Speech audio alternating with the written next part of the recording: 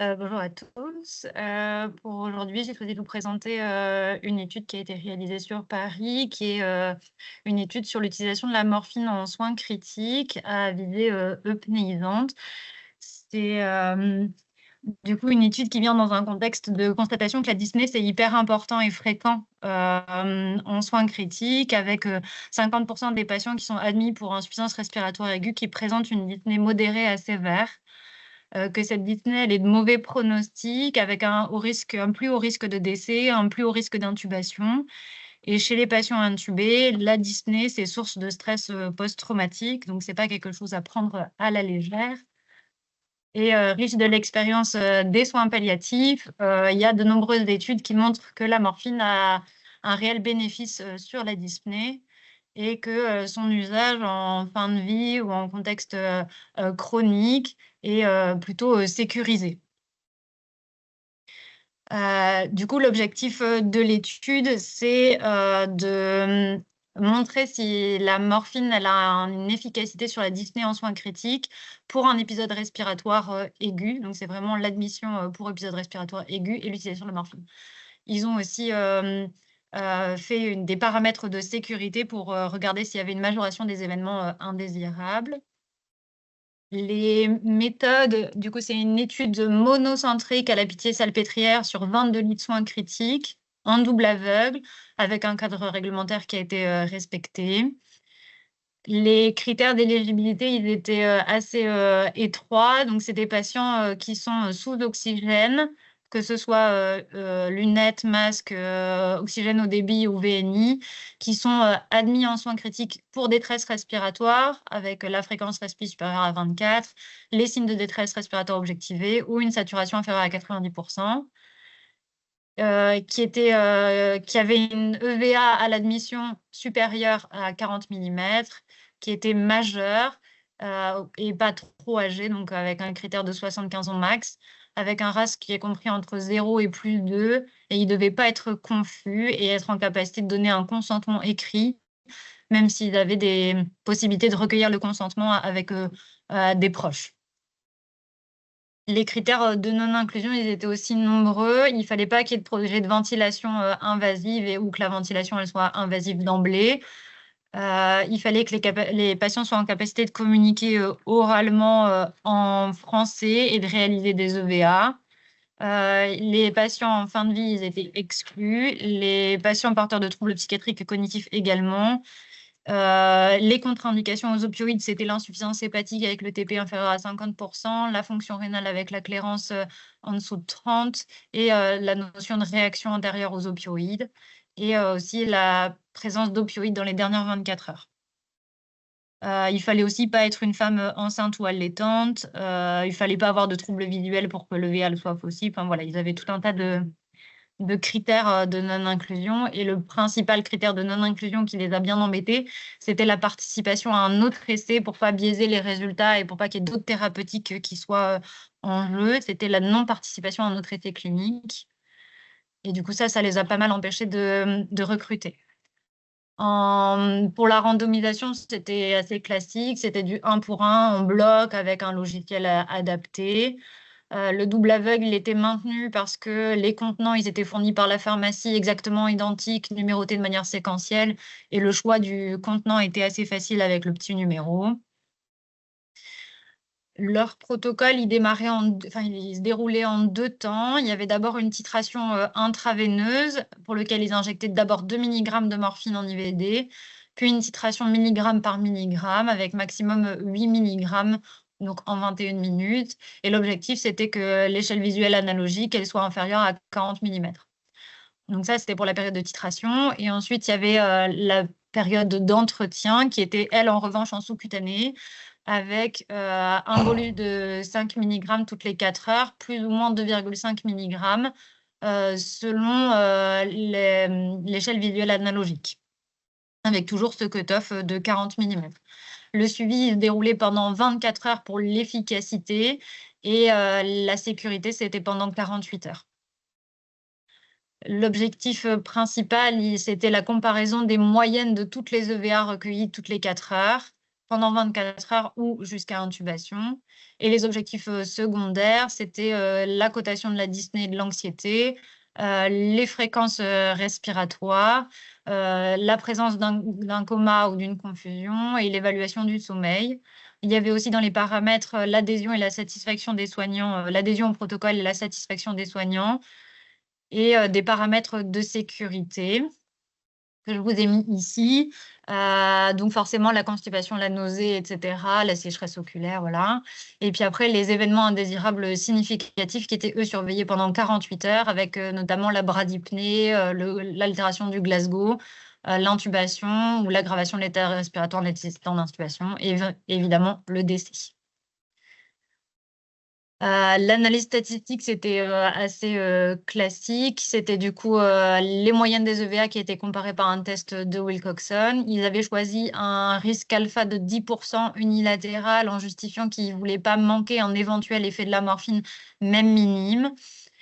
Et ils avaient calculé à partir des études précédentes réalisées plutôt en soins palliatifs qu'il fallait inclure 22 patients pour montrer un effet de la morphine sur la dyspnée. Pour les objectifs secondaires, c'était à nouveau du classique. Voilà, je vous ai mis les tests faits. Ils ont quand même fait une probabilité cumulative d'intubation dans leurs paramètres de sécurité.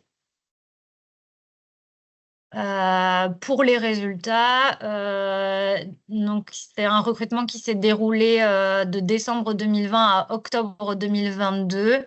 C'était en pleine période Covid et ça, comme je vous disais, beaucoup retardé les inclusions parce qu'il y a eu beaucoup d'études de survie, de tests d'autres médicaments, et comme ils avaient exclu cette population-là, ça donne 400 patients en moins. Donc ils ont 1674 patients qui ont été suivis pendant cette période et admis pour insuffisance respiratoire aiguë, et il y en a 400 qui sont retirés pour la crise Covid. Et 775 parce qu'ils sont intubés d'emblée. Voilà, donc ça a été des grandes difficultés pour eux de réalisation dans cette étude. Ensuite, ils ont fait l'analyse en intention de traiter, ça j'ai oublié de vous le dire tout à l'heure, mais du coup, il n'y a pas de perdu de vue. Les 11 sont analysés. Donc à droite, vous avez le groupe contrôle et à gauche, le groupe intervention. Et il y a eu du coup 4 effets indésirables dans le groupe contrôle contre 2 dans le groupe morphine. Là, c'était juste le tableau récapitulatif pour les caractéristiques des patients qui étaient globalement comparables. On en reviendra dans la discussion. Pour l'objectif, malheureusement, ils n'ont pas retrouvé de différence significative sur les EVA de dyspnée. Donc, il y avait 40 pour le groupe morphine et 40 pour le groupe placebo à 24 heures, enfin, les moyennes dans les 24 heures, avec un petit P à 0,411, donc vraiment pas du tout significatif. Pour les objectifs secondaires, c'est un peu pareil. Ils n'ont pas réussi dans ce tout petit échantillon à montrer de différences significatives. Et sur les paramètres de sécurité, on y reviendra aussi dans la discussion, mais ils constatent quand même qu'il y a eu plus d'intubations dans le groupe morphine, même si ce n'est pas significatif, mais il y en a eu 5 dans les 48 heures pour le groupe morphine et 1 dans le groupe placebo. Et il y a eu 3 décès dans le groupe morphine et 1 seul dans le groupe placebo.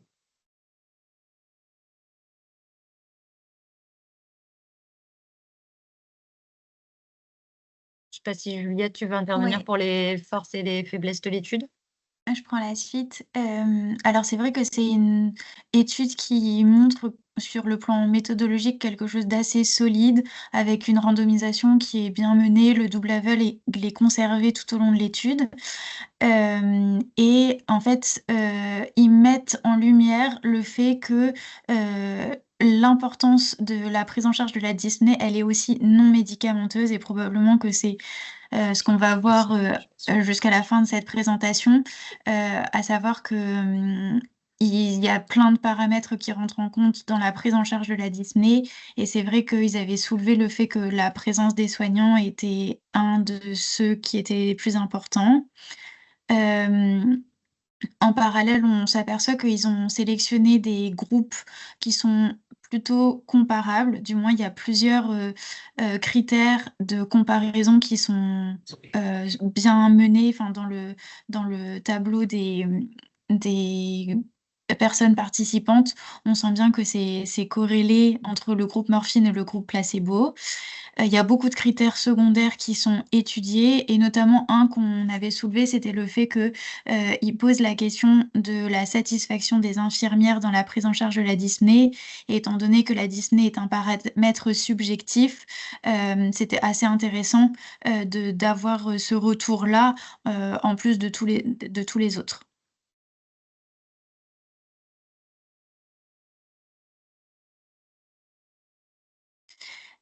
Par ailleurs, il y avait quand même pas mal de limites, et notamment un des plus importants, c'est celui du temps d'observation qui est assez discutable parce qu'en fait, ils observent donc l'effet, du produit, donc que ça soit morphine ou placebo, sur, la diminution du symptôme dyspnée sur 24 heures.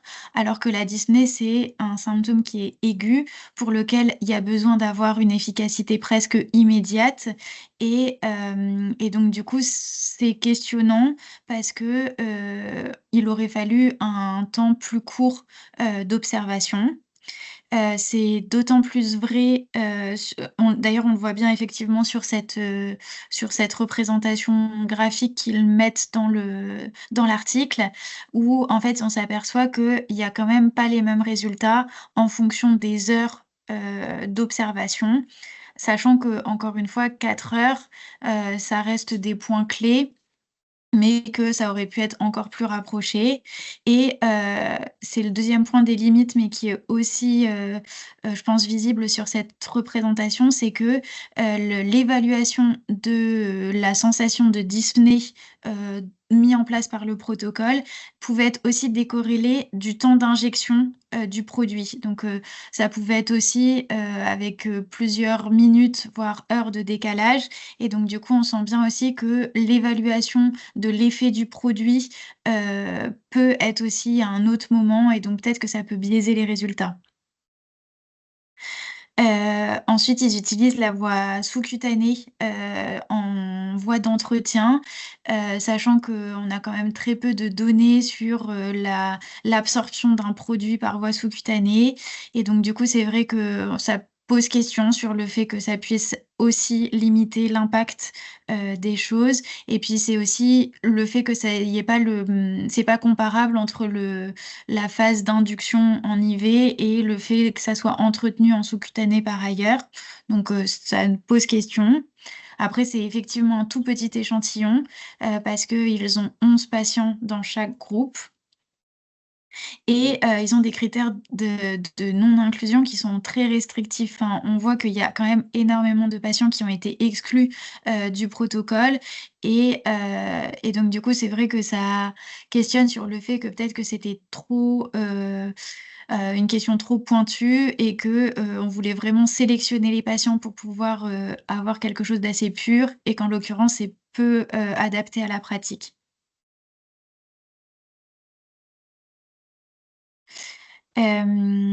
Et la suite des limites, c'est de se dire aussi que certes les 2 groupes étaient comparables, pour autant, il y a quand même un facteur qui avait pas été pris en compte, c'est qu'il y a pas l'étiologie, il y a pas les mêmes étiologies entre les 2 groupes, à l'origine de la dyspnée et donc du coup, on peut imaginer qu'il y ait des formes de dyspnée qui étaient plus sévères parce que liées à une maladie plus grave, et donc du coup, ça a pas été, comparé d'un groupe à l'autre.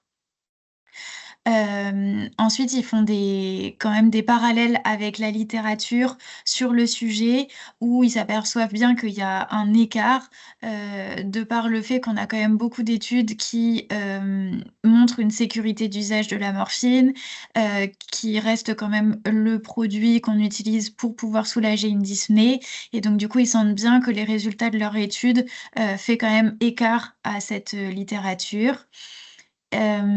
Ensuite, il y avait quand même beaucoup de facteurs de confusion, en lien avec la difficulté de les mener en études en soins critiques. C'est des patients qui, donc du coup, dans le protocole, reçoivent le traitement étiologique de leur dyspnée. Donc du coup, il y a aussi un autre traitement qui est mis en place qui peut pour le coup complètement atténuer le symptôme en plus, enfin pour sa part.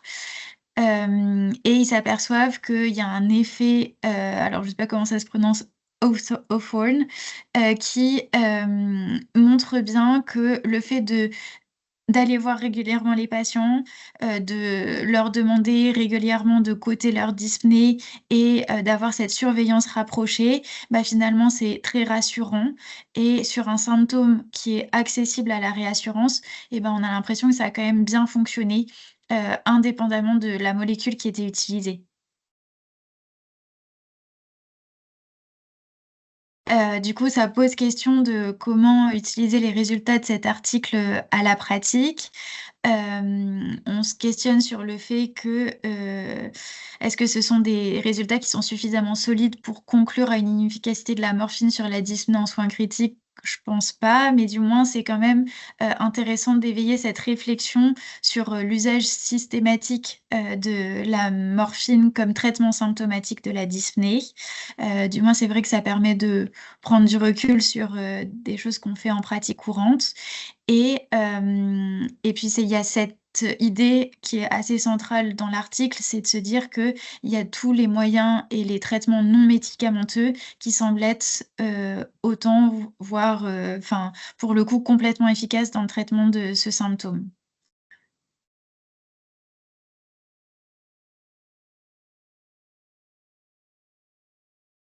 Pour conclure, c'est qu'il n'y a pas de preuve de l'efficacité de la morphine en soins critiques sur le symptôme dyspnée, malgré une étude qui est plutôt bien menée. Et les messages à retirer de cette étude, c'est que chez nous, c'est quand même bien identifié que la morphine, c'était une place dans la dyspnée, qu'il y a des recommandations d'usage dans plusieurs sociétés savantes qui ne sont pas des sociétés savantes de soins palliatifs, comme les sociétés américaines de thoracique, et dans les recommandations des réanimateurs en France, dans l'OAP, eh ben, il y a l'utilisation de la morphine.